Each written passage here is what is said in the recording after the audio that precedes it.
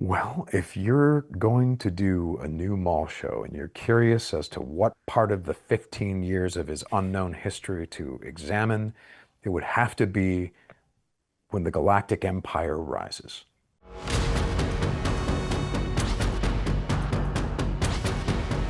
Hello, I'm Dave Filoni of Lucasfilm, and I am the creator of Darth Maul Shadow Lord. Hi, this is Sam Witwer, and this is how I became Maul.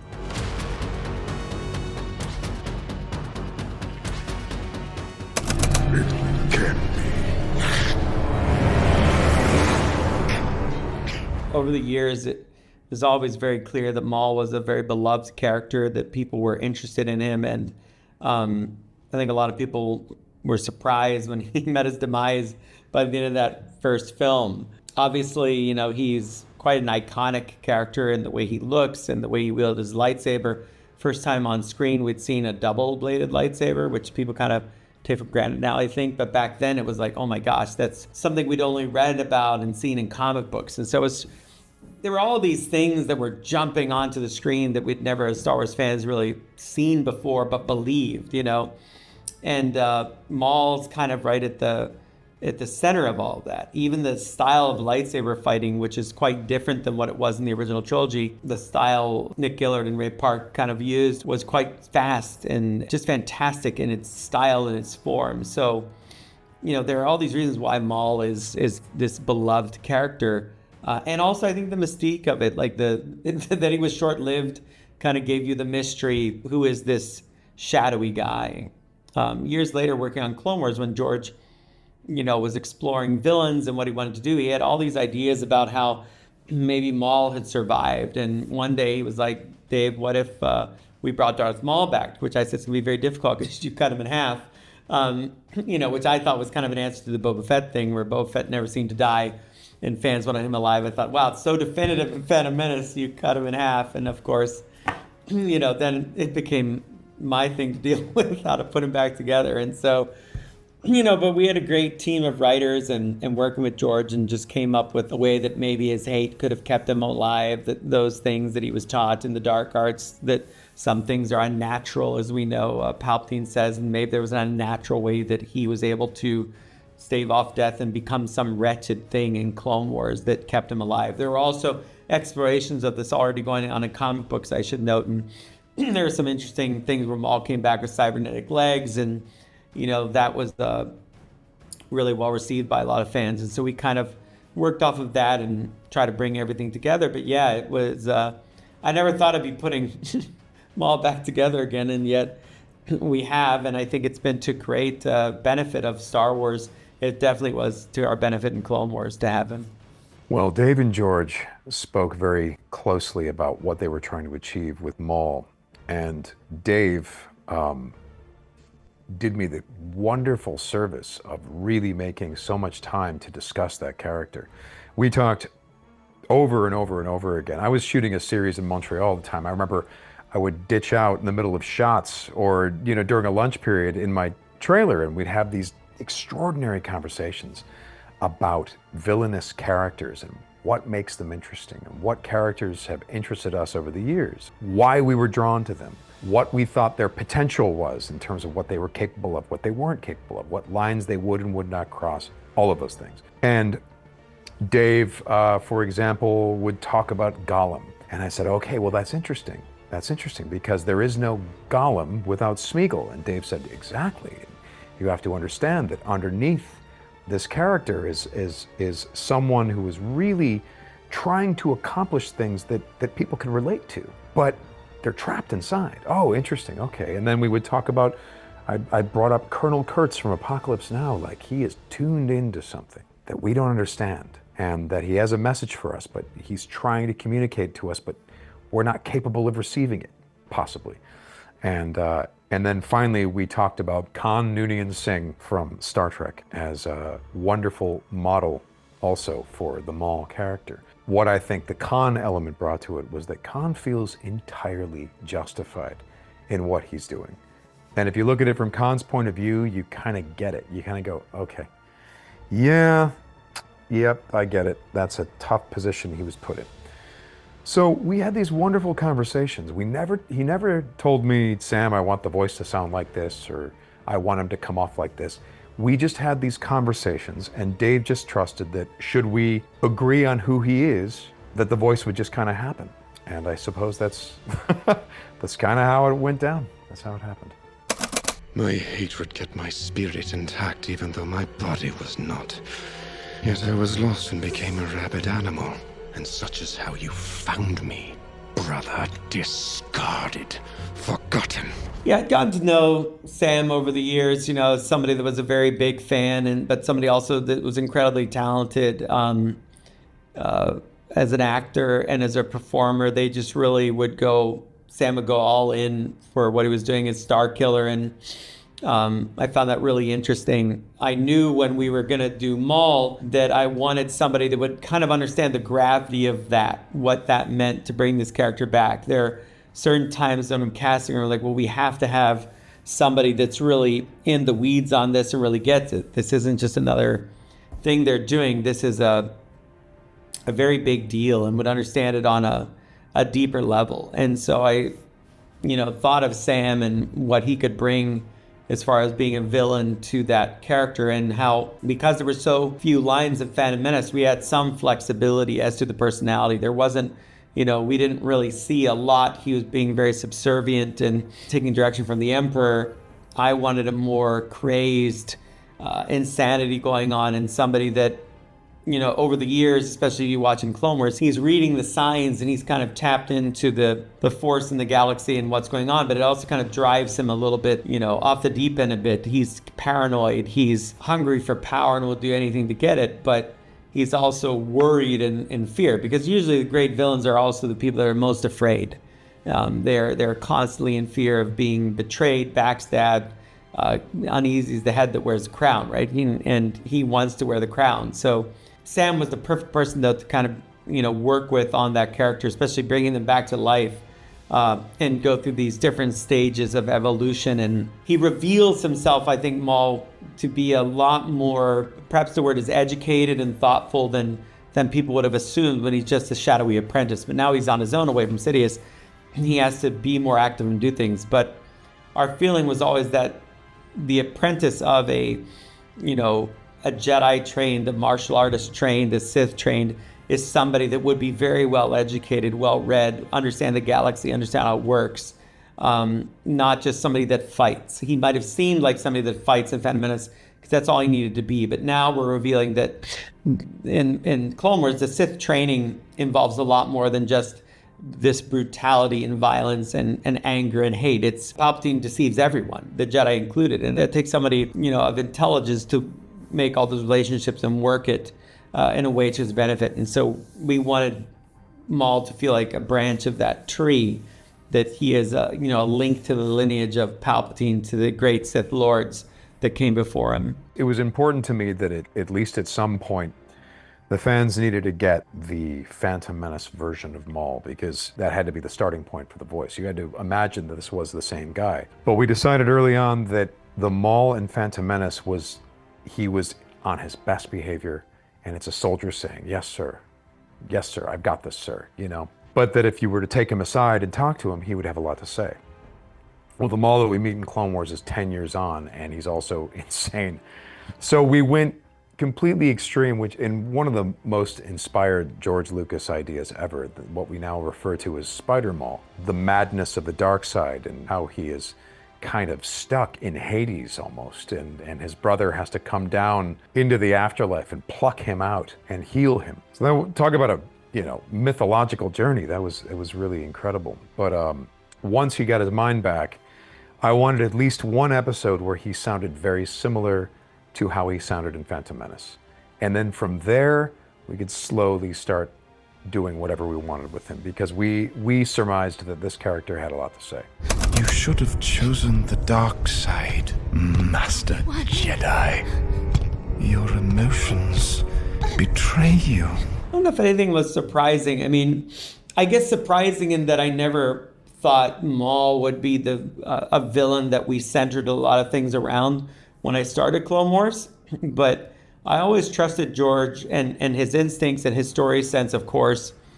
And George had laid out to me kind of what his ideas were for Maul and why Maul would work well in this like underworld type situation, dealing with the not empire so much, but the crime lords and the crime world and the black market. But it was surprising how well he worked, especially into Ahsoka's end. That was kind of surprising. But the two characters become very much of a pair, right? Where he is a cast out of a mentor thrown away, and so is she. And that gave me a lot of narrative connections to make in the final installments of Clone Wars. These two people that are making choices, one more selfish, one more selfless, to try to help. Even after these clones have tried to kill her, she's still finding empathy for them, where Maul is just cutting them down left and right. So, I was surprised because I never could have predicted when I started Clone Wars that Maul would be so important to her story. But, I didn't really, when I came into the job, there was no Ahsoka. I had no idea as a kid that Anakin was ever a Padawan. I always thought that Anakin was the Padawan, that he didn't have one. And so, but that's the thing with George. He's so unique in his way to see the story and what's going to be good for the story. And having her be this important character in Clone Wars really gave us a lot of story to tell, where Anakin and Obi-Wan's was already done. That was surprising as well. But I'm glad, because I've worked with that character for 20 years now and told her story at many different ages, which is quite a unique thing. Yeah, I'll try not to ruin it for people, but it's basically, I like these stories that kind of move along down the line. I think it's easier to understand. So if you have Clone Wars, Bad Batch, Shadow Lord, it's not like Shadow Lord takes place after Bad Batch, but you can see how they move after Clone Wars. Maul, Shadow Lord takes place, I would say, in the time after Clone Wars, in the years after Clone Wars, when the Empire's really taken over, but it hasn't locked down the entire galaxy yet. And we've seen many different examples of this in Rebels and Andor. We've seen different shows that the Empire kind of focuses its effort and it has control, but it really will zero in when it needs to, because the galaxy is so big. So Maul is still surviving, and though I think he's more of a whisper and obviously a shadow at this point, but he's trying to figure out a way to regain his power. He's trying to figure out a way to regain, consolidate. But fundamentally, what I told the group is, a revenge plot is just a great story, and Maul seeks revenge. I mean, it's his first line, right? The last we reveal ourselves to the Jedi, last we have revenge. So we understand that engine for him, that motor for him, and how, despite how low he might have fallen, how many resources he lost, he wants revenge on all who did not help him, whether it's, crime syndicate members or Palpatine himself. This story focuses way more on that idea of his revenge and wanting of power, even more than like Obi-Wan at this point, because we kind of covered a lot of that in Rebels and where he gets to with that. So this is a different story, and it introduces a lot of new characters that I think people will be surprised by, and not like necessarily the normal ones you would choose to pit against someone like Maul, because we have some very general localized police that are involved in trying to figure out what the heck's going on my planet. And they don't want the Empire there any more than they want Maul. And that's kind of the fun thing about that. People can surprise you with their choices under pressure. Well, if you're going to do a new Maul show and you're curious as to what part of the 15 years of his unknown history to examine, it would have to be when the Galactic Empire rises. It would have to be. Why? Because the personal implications. This is a guy who was trained by the Emperor. He was raised by the Emperor. All the tools that he has at his disposal were given to him by the Emperor. His very way of thinking was given to him by the Emperor. But Maul at the end of the Clone Wars understands that's a bad, bad guy who did me harm. He traumatized me. This was a bad, bad thing. Also, there's the small matter of he killed my mother, and he killed my brother, who was the only loyalty I ever experienced in my whole life. And so Maul is now in a world that has been turned over into the evil Galactic Empire. So everywhere he looks, he sees the hand of the Emperor. So you can imagine there's a lot of motivation for him to get up and do something, for him to assert himself, for him to figure out who he is independent of the teachings of his master. And that's where we find him. We find him reassessing everything about his life. The Empire tried to kill me. Their betrayal demands consequence. And that consequence requires a weapon. Well, the interesting thing about the gray area for Maul is it skews a little bit darker than perhaps your average gray area. Maul still has ambition. Maul still is extraordinarily dangerous, but this is a Maul who has come to the conclusion that he possibly wasn't as good to his brother as he should have been. And so there is also a need for him to have connection. But this is a need from a man who doesn't know what that is. He's never trained, never taught what that is. You know, think about most of the training that a lot of people receive from their parents. It's in fact training about how to exist with other human beings, how to be good, how to be kind. Maul never had any of that, but he desires that connection. So not only does he need allies, not only does he understand now the utility of things like, for example, Jedi Knights, which is no longer an option, they're all dead. But he's looking around going, wow, now that I've seen the alternative, we sure could use a Jedi Knight or two. Wow, wouldn't that be nice? These people that I was obsessed with killing, now that they're gone, I kind of miss them. And when I say we sure could use them, emphasize the word use. But he also recognizes that he has infinitely more in common with a Jedi Knight than he does with an Imperial Inquisitor, because an Inquisitor is something so lost, something so far outside even the principles of the Sith. That's what's so terrifying about Palpatine's empire. It's so much darker than Maul could have imagined. And Maul comes from darkness.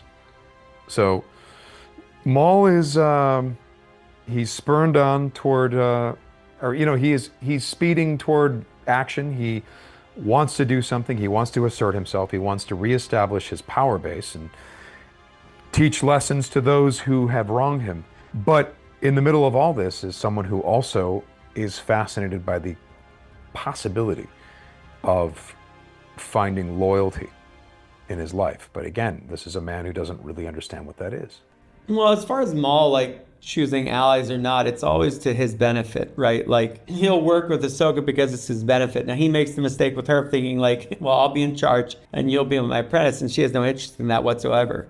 She's too well trained. She knows who he is. She doesn't trust him. So that's not they're an alliance of convenience, and as you said, a pretty short-lived one. Maul, though, is very crafty, right? He uses his brother as a tool. How much does he care about his brother? We don't really know. I mean, I think it's a debatable thing, but he wouldn't be sad about it until his brother's dead. Now, is he sad because his brother died, or is he sad because now he's losing his power? It's hard to tell with Maul, you know. Sam and I have talked about it. He's not a good guy, Maul, but he is. We can find empathy, I suppose, for somebody that keeps failing and just can't find another way around the mountain to what their goals are. He's always trying to go right through everything. So he is looking for alliances, but he's going to use people. And you have to be smart, because Maul will always offer you, like he does Ahsoka, you know, he's going to tell you a lot of truths. And among those truths are lies. Yeah, I'll help you destroy the Emperor. She's like, yeah, but you want to become Emperor. Well, he doesn't really ever answer that necessarily. You know, you want to take his place. That's not any better for me. That's great for you, but it's not better for me. This show deals with some of those same dynamics for Maul, but he's just not operating on such a galactic level. You know, he's working on a much smaller base of operation, and he's a bit more on the run because Palpatine is more in his all-powerful mode at this point, so he can't gain too much attention, or else he'll be in big trouble. He's not... You know, power is such a deceptive thing, right? Maul is powerful, Vader is powerful, but they're not all powerful. You know, in Star Wars, they have a lot of abilities, they can do a lot of things, but much like the samurai, they can still get gunned down. You know, they're not impervious, they're not invulnerable. So he has to be careful as he makes alliances and who he makes alliances with. But it's always, remember with Maul, it's always selfish in some way, I would argue. Maybe every now and then does he ever, kind of with Ezra, he's kind of okay with Ezra. We'll talk about that in a minute, I guess. But yeah, it's hard for me. I'm sure Sam and I could debate it too, because Sam is kind of in the boots, if you will. And so there are things that he and I will discuss, and out of that forges who the character becomes. And, Brad Rowell's done a great job, supervising the show and directing it. Team's done a wonderful job at continuing this legacy of Maul in animation. We can destroy the Empire. He wants to fight as allies. The Empire may be our common enemy, but Maul will never be our ally. I think it's always a balance, honestly. It's a question of part of what's compelling about Maul, and I brought this up, when I was conceiving the show, is if we explain too much about him, the mystery is gone.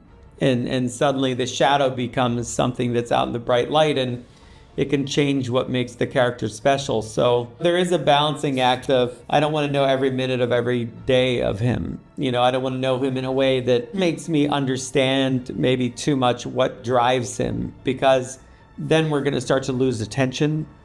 We want to not be ever sure. It's fine to bring the audience along and make you trust him, like Ezra kind of trusts Maul, and then Maul betrays them, because of course he's going to, but you're never quite sure, because he might be making a lot of sense in the moment for how you want to behave or how you want to act.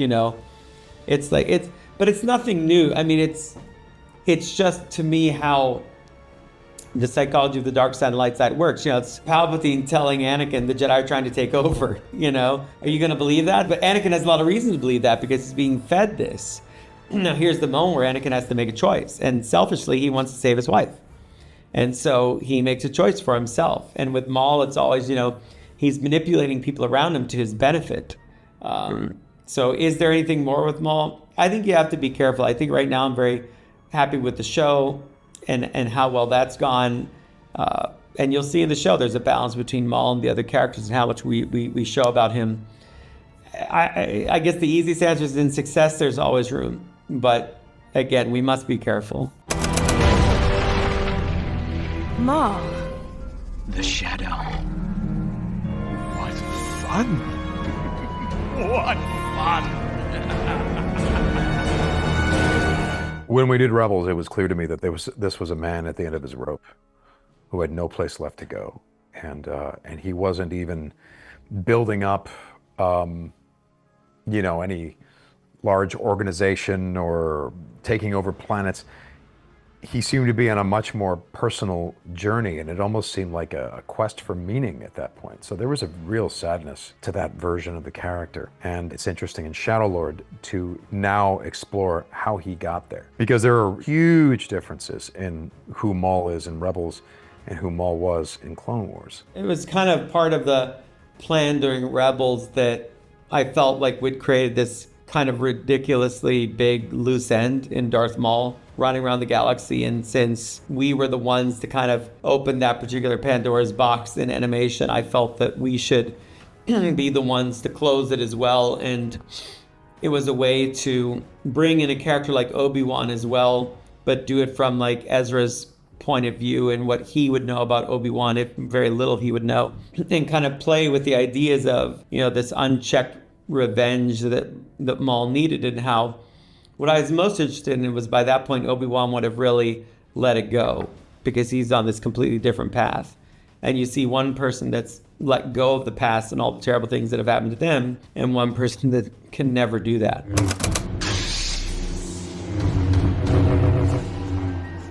He does find peace. I mean, when he seeks out Kenobi, it seems to me that he understands what that means. This is it. This is the end of the road. And unlike his master, the Emperor, when the Emperor goes over the railing, he's screaming bloody murder on the way down. That's not what Maul does. Maul receives the lightsaber blow and is almost like, oh, thank God, you did it. You did the thing I needed you to do. So it's a tragic story. It really is. I didn't want a prolonged lightsaber fight there, because I thought they already did that. They had that fight before in Phantom Menace. They had that fight in Clone Wars. This had to be different, and to me, Obi-Wan had to be decisively better at that point in his life than Maul. And so it's a decisive strike. It is a true master who's let go of self, fighting somebody that just can't get out of their own way, basically. And so that's what we were doing there. But yeah, it became part of the plan / kind of, I think, responsibility to the character to kind of say, here's a hopefully a worthy ending, if the fans thought so. But yeah, it was very fun to do. Yeah, I thought that was definitely it for the character. I've thought that a few times now. But yeah, it was kind of sad to see him go, but I did like that there was enough of an understanding, and I was fascinated by this. There was enough of an understanding from Maul that Kenobi was never the problem. That wasn't the problem. That wasn't what we had to solve here. The first thing he says is, "Oh my God, please tell me it's the Chosen One. Tell me there's hope." So there was a strange kinship there between Obi-Wan and Maul. And the Shadow Lord version of the character of Maul is coming to that realization it was never Kenobi. And part of why is because Order 66 happened. Kenobi's no longer an option. Maul thinks he's dead. So he has to start exploring the really fearful truth that the Emperor is the problem. Master the Force, and the Force serves me. I master the Force, and the Force serves me.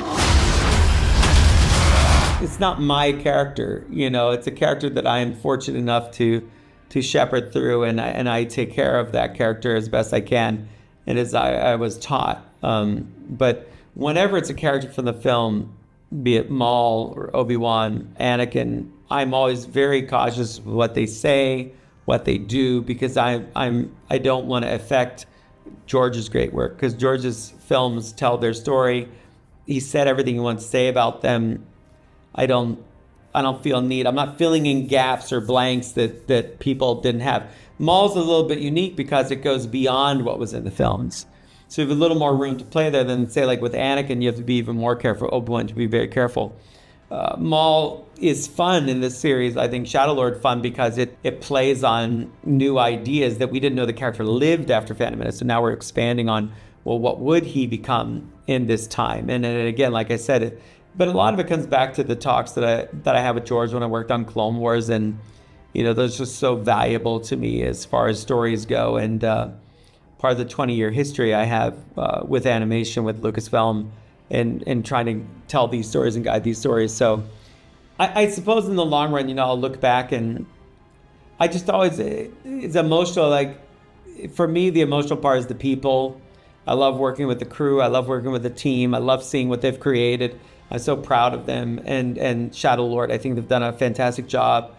I was working a lot with Jon Favreau on The Mandalorian and doing Ahsoka and other projects. And I came up with this project and laid it out for them. And I challenged them. I said, I want the animation to be better. I think we can push it more. I always have in mind what George and I wanted Clone Wars to look like in the beginning. And the technology just wasn't there to do it. But we were always striving for it. But when you look around now at what people are producing, what other studios are making, it's so inspiring to see the work everyone's doing. And it's like, we've got to keep up. We've got to keep pushing because everybody else is advancing around us, animation-wise, rendering-wise, lighting-wise. And they took on the challenge, the animation team, and really did a great job. I think at delivering something that's like the style fans of the Clone Wars and Bad Batch know, but has an edge to it. I wanted this more chaotic, painterly edge that would be very Maul. And so even the lightsabers aren't like perfect. They're a bit, chewed up and stuff. So that was kind of the goal there. And it's a great time with technology to be telling these stories.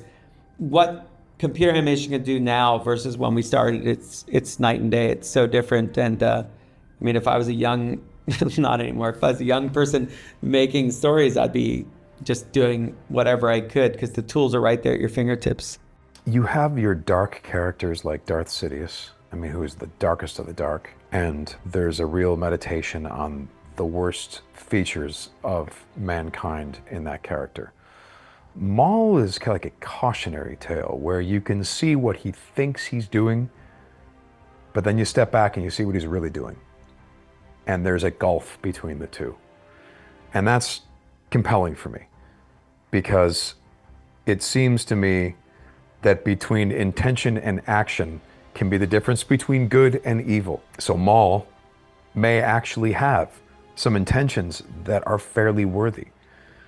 But unless he stops to reflect, which is something he was never ever trained to do, he will not be able to translate those intentions into something that is truly good, you know, and that's what's so sad about that character. He could have been a good person if he had the support, or if he had the courage to be reflective. We see it happen all the time. We see friends of ours stray a little bit and behave in ways that you go, God, if they could only see how they were behaving, they would not be cool with this. And I know that's not what they mean to do right now. I know that that is not how they intend to behave. That's where the Maul character lives, I think, in this show particularly. What he plans on doing and what he actually does are not necessarily the same thing.